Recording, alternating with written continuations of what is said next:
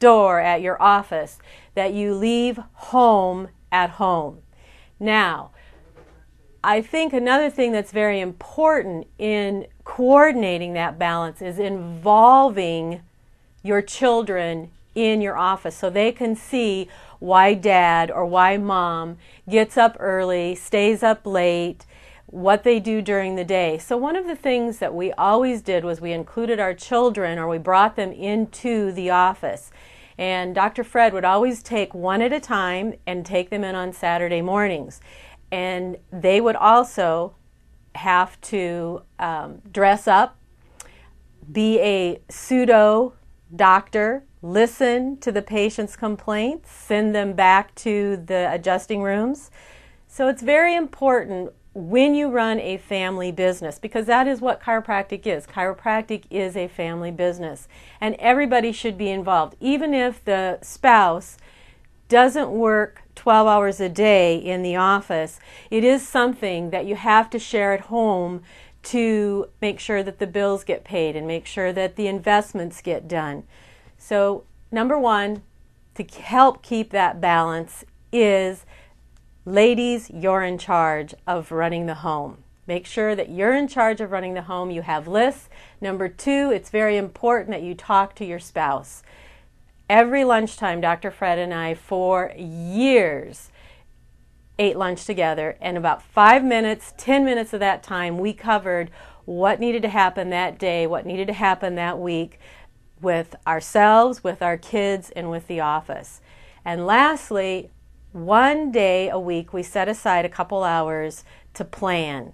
And that usually was Sunday evenings after the kids had gone to bed. We would plan out our next week.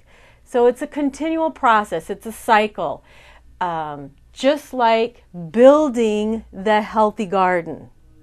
It's a cycle. Sometimes you're in regeneration. Sometimes the hose is pinched off just a little bit. But you're constantly working on making that green, lush garden at home.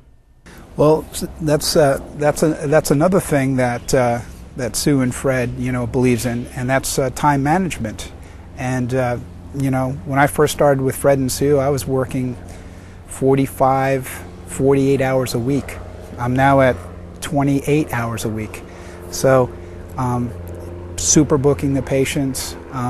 Time management is very important. Downtime at lunch times, when you do have a lunch break, the days you take a lunch, it's very important that you have downtime and relax during that time.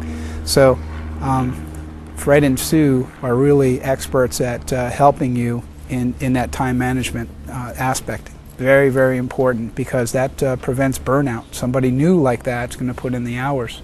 But there's definitely balance, and actually I don't think that being busy, being busier and helping more people actually helps your relationship, because you're excited at the end of the day for what you've done, and you bring that excitement into your family, versus seeing lower numbers or seeing less people or serving less people. You come home and you didn't do that much that day, so then you don't have really much to share. So I think that actually what I'm finding is that the busier you are, the more grounded you get, and the more time and fun you have for your family.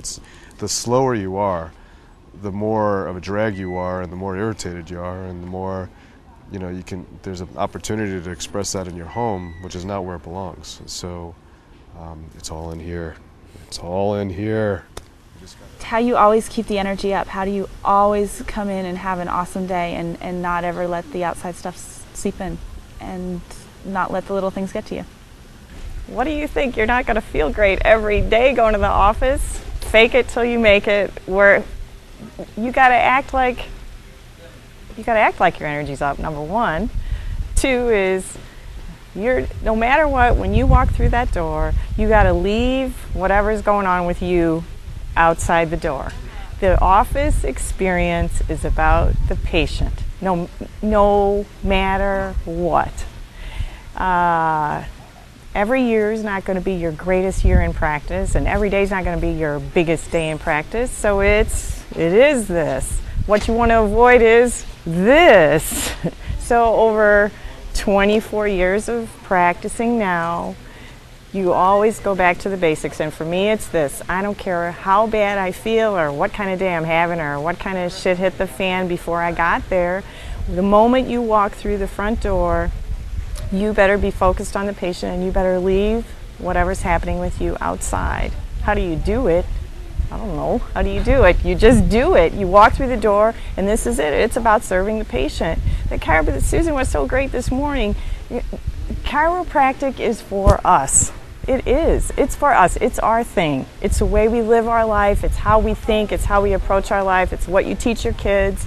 It's essentially how you live. But not all the patients are going to get that, and I personally think not many of them get it. But at the same time, you can convey service to the patient. You can meet their needs. You can help them focus. You can get them excited about health and how you got there. If you lead by example, they're going to go that way. The other part of it is, remember, if you just keep showing up every day with something to give the patient, and if you can get the focus on them and keep it off of yourself and whatever your problem is, because everybody's got them, you'll move forward. The patients will recognize that. There's no magic to being excited. You just have to be excited. That has to be part of your physical being, part of your makeup, and that comes from reading your affirmations, comes from enjoying every aspect of your life and realizing this might be your last day on this earth. We have no control over that, and if we can't be excited living in this country with all the opportunities that we have, with the profession that we have, maybe you should be doing something else, because this is something that I say this all the time to people. I never once wake up in the morning and dread going to work. And not too many people can say that about their jobs and the things that we do. So the excitement comes from just the opportunities to help people all day long. And I think if you can't generate that within yourself, there's no magic to nobody else is going to get you excited. You have to get excited yourself.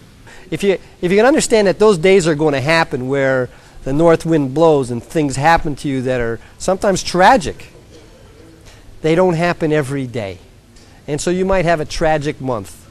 You might have a tragic 6 months. But if you're thinking long term and you can stay relatively excited off and on, you're still going to be fabulously successful. You don't have to stay excited every single day. Now, the key to staying excited at all, of course, is to be excited about life.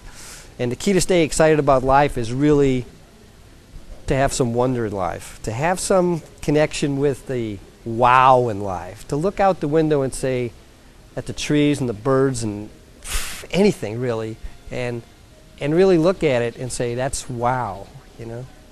That's just a wow in life. Wonder in life is the number one. To have any kind of wonder in life is the number one requisite to living a tremendous life, an extraordinary life, an excited life, a happy life. Plain and simple. That's it. Well, for one thing, if you're seeing 800 to 1,000 patients a week, I'd ask how you would stay focused with each patient and have enough time to see all the patients with all your exams, reported findings, and just being connected with every patient in such a short amount of time, I guess. How do you eat an elephant? You know, one bite at a time. How do you see 1,000 patients? I'm telling you, one at a time. And you better be so focused with that person that they still think or realize that they're getting your best service. They don't know whether they're the 500th, the 1,000th, the first or second. You have to be in the moment with that person, with their spine, with their head, with whatever. When they lay down, that's what you see. Their backside, and you're focused on that adjustment. Now, it's tougher staying focused when you don't see a lot of people. You get in a zone and you go from room to room to room, and when you leave one room, you're in the next room and you're focused on that person.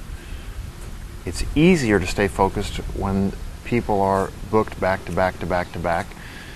New doctors have so much crap in their head thinking about everything but the patient, that as you grow and you get your staff developed and trained and you get the patients trained to come in and lie down and breathe or work on whatever they're working on before you come in, and you just come in, that's all you're focused on, is taking care of patients. It's much easier to do that than think about and be distracted by whatever else is going on. The cool thing about high volume is that it forces you to be really focused on positive. You just don't have any time for negativity. You know, just like, nope, you just I think automatically just can't go